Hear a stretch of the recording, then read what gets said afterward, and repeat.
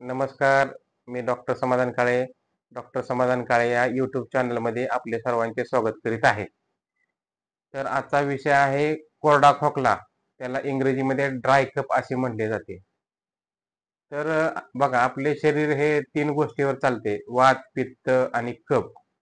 जर ह्याचा समतोल असेल तर आपले शरीर व्यवस्थित निरोगी राहते. तर वात वाढली तर हाडांचे विकार होतात. कफ वाढला तर श्वसन संस्थेचे विकार होतात.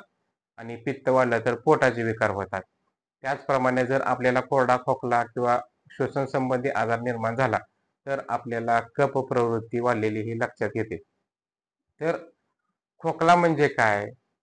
तर आपण श्वसन करताना आपण श्वास आतमध्ये घेतो. नाकावाटे आपण फुफ्फुसात श्वास घेतला जातो आणि त्यावेळेस आपली पडजीभ ही बंद होते आणि त्यानंतर एक जोरदार बाउन्स बॅक माघारी जे उच्छ्वास म्हणजे बाहेर श्वास येतो त्यावेळेस जर त्याबरोबर जर बारीक काही कण किंवा फॉरेन बॉडीज जे श्वसन मार्फत जर ह्याच्यात गेले असतील आपल्या श्वसन नलिकेत गेले असतील तर ते बाहेर येतात. त्यावेळेस आपल्याला जोरदार ठसका लागतो. तर त्या क्रियेला आपण खोकला असे म्हटले जाते. एक सामान्य रिफ्लेक्स आहे बॉडीचा.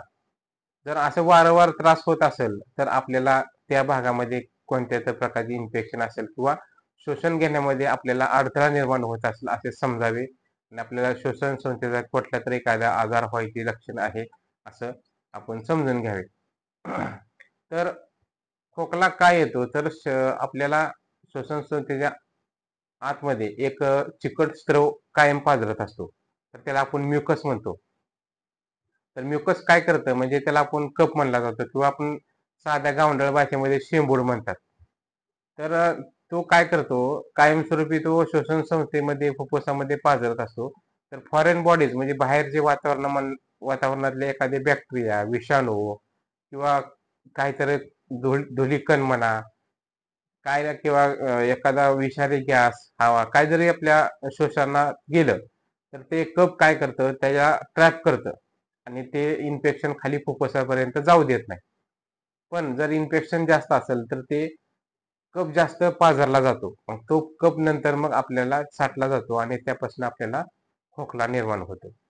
तर अशा प्रकारे जर श्वसन संस्थेमध्ये आपल्याला जर आतमध्ये सूज असेल किंवा जर एखाद्या बॅक्टेरियाचं इन्फेक्शन असेल, व्हायरल इन्फेक्शन असेल किंवा एखादं जखम असेल, तर अशा गोष्टी असेल तर आपल्याला वारंवार खोकला येण्याची लक्षणे जाणवतात.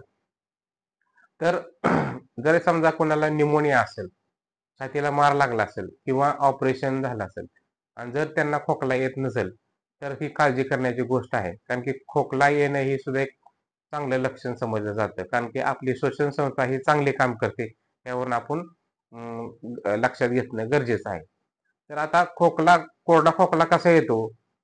तर ही जी लक्षणे काय आहेत? तर छातीमध्ये थोडंसं घरघर वाजणे, थोडं सुई-सुई वाजणे, वारंवार ठसका येणे, भरपूर प्रमाणामध्ये न थांबता खोकला वारंवार चालत राहणे, ॲलर्जी निर्माण होते, सर्दी होते, नाक चोंदलं जातं, श्वास घेताना त्रास होतो.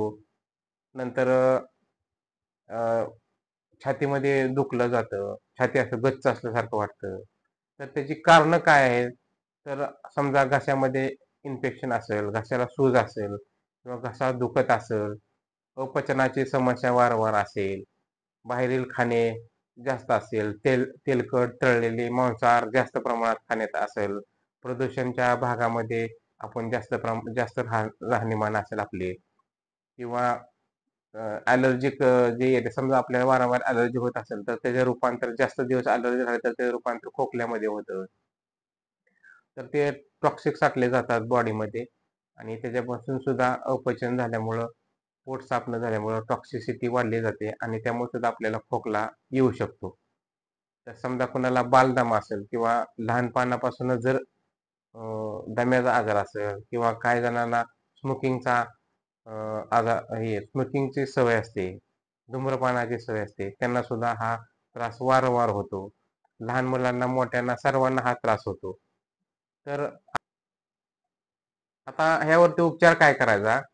तर आपण पहिली गोष्ट म्हणजे आपली प्रतिकारशक्ती वाढवणं गरजेचं आहे. त्यानंतर पौष्टिक सकस आहार घेणं गरजेचं आहे. व्यायाम करणं गरजेचं आहे. अनुलोम-विलोम आणि प्राणायाम करणं गरजेचं आहे. स्वच्छ हवामानामध्ये, स्वच्छ वातावरणामध्ये, निसर्गरम्य वातावरणामध्ये आपण काही काळ जाणं गरजेचं आहे. त्यानंतर आपण ताजी फळं, भाज्या, वारंवार आपल्या आहारामध्ये असणं गरजेचं आहे. स्वच्छ पाणी पिणे. त्यानंतर एक घरगुती उपचार सांगतो. तर 20 ग्रॅम हे घ्या आपण बदाम घ्यायचे. ते भिजवायचे चांगले आणि त्याच्यावरचं साल काढून त्याच्यामध्ये त्याची पेस्ट तयार करा आणि त्याच्यामध्ये 20 ग्रॅम लोणी घ्यायचं. दोन्ही मिक्स करायचं. असं दिवसातून 3-4 वेळा खायचं.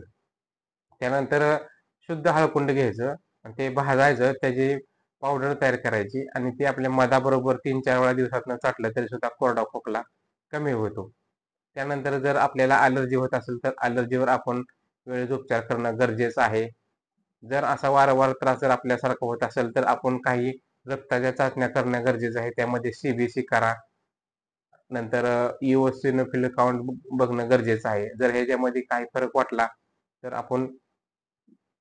आपण ॲलोपॅथिक किंवा गरजेचं आहे. त्यानंतर तुम्हाला एक ट्रीटमेंट सांगतो.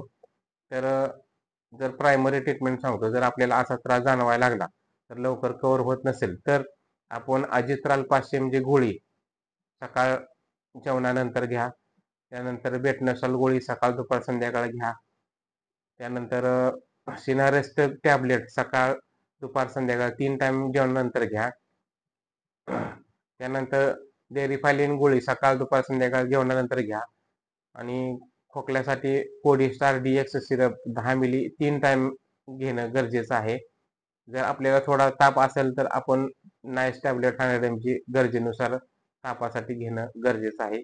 तर अशी ट्रीटमेंट घ्या. तुम्हाला चांगला आराम मिळेल.